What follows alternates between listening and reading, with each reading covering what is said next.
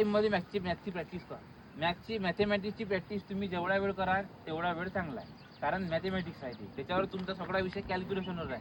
जेवढी तुम्ही प्रॅक्टिस कराल तेवढी तुमची स्पीड वाढणार. पेपरमध्ये काय असते, आपला टाईम कमी असते.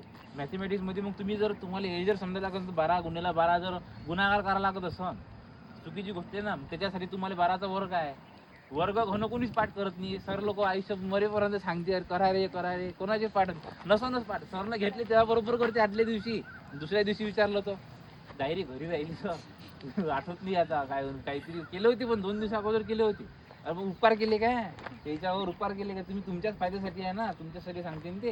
हे जे काही बेसिक गोष्टी आहे त्या क्लिअर करा. आपलं पॉईंट मॅथ्स आहे, बेसिक गोष्टी क्लिअर कर. आणि मॅथमॅटिक्स जो पॉईंट जमत नाही त्याच्यावर जास्त काम कर. आणि जे सर शिकवते क्लासमध्ये किंवा सिलेबस आहे तो तुम्ही साईड बाय साईड चालूच द्या. म्हणजे असं नाही म्हणत नाही मी की दिवसभर मॅथच घेऊन बसा. तुम्ही जर 4-6 घंटे अभ्यास करत असाल ना, 2 घंटे मॅथले दे, 1-1.5 घंट्याचे 2 सब्जेक्ट कर. एका दिवशी 3 सब्जेक्ट करा, भरपूर झाले.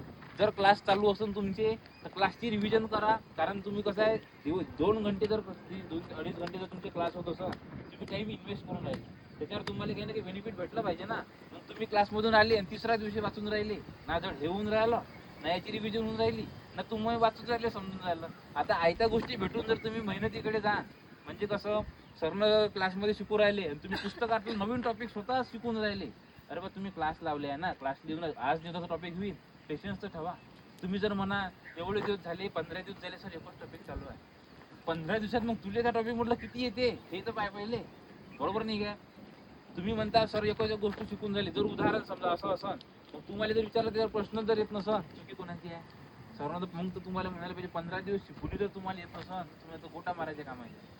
बरोबर नाही काय? सरळच कॉमन सेन्सची गोष्ट आहे ना. मग सर सोबत जर चालले, हे यायला अनुभव आहे, हे यायचं म्हणणं असं काय का भरती आल्याने आपला सिलेबस झाला नाही पाहिजे.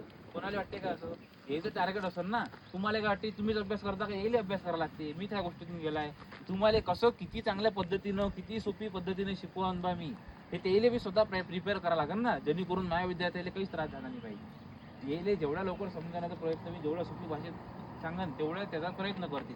ते तुमच्यासाठी प्रयत्न करते ना. मग तुम्ही जर एवढी मेहनत तुमच्यावर करा आणि तुम्ही दुसराच काहीतरी अभ्यास करून राहिले, मग तुमचंही नुकसानच आहे ना. जेवढं सांगितलं तेवढं क्लासचा अभ्यास करा. मॅथमॅटिक्सची जर मॅथमॅटिक्स इंग्लिश सब्जेक्ट आहे आता वनरक्षकवाला येईल, इंग्लिशचं द्यायला जमत नाही, इंग्लिशचं जास्त टाईम द्या. बाकीचे सब्जेक्ट इझी आहे एकदम, काही नाही, वाचल्यानं तुम्ही किंवा क्लासमध्ये झाल्यानं तुमची कव्हर होऊ शकते समोरचा. पण कसं आहे, जो विषय जमत नाही त्याला जास्त महत्त्व द्या. आणि जेव्हा होईन, आता जर नसनी क्लासमध्ये तुमचा चालू होत, जेव्हा तुमचा चालू होईल म्हणजे भविष्यात, म्हणजे 8 महिन्यांनी होईन काय, आता 1 महिना हा विषय घेते, टप्प्याटप्प्याने त्याची प्लॅनिंग असते ना. कसं तरी पेपरपर्यंत आपल्याला सिलेबस कंप्लीट करून रिव्हिजनपर्यंत आणणं हे त्याचं काम आहे. मग तुम्ही काय फुकटचं टेन्शन घेऊन राहिले, कसं होईल काय होईल. आताच एवढी मोठी अपेक्षा करणं चुकीची नाही. जे चालू आहे त्याच्यात 100% तुम्ही 8 दिवसांनी पाहा तुमची लेवल कुठं राहील, 15 दिवसांना पाहा तुम्ही समोर जा.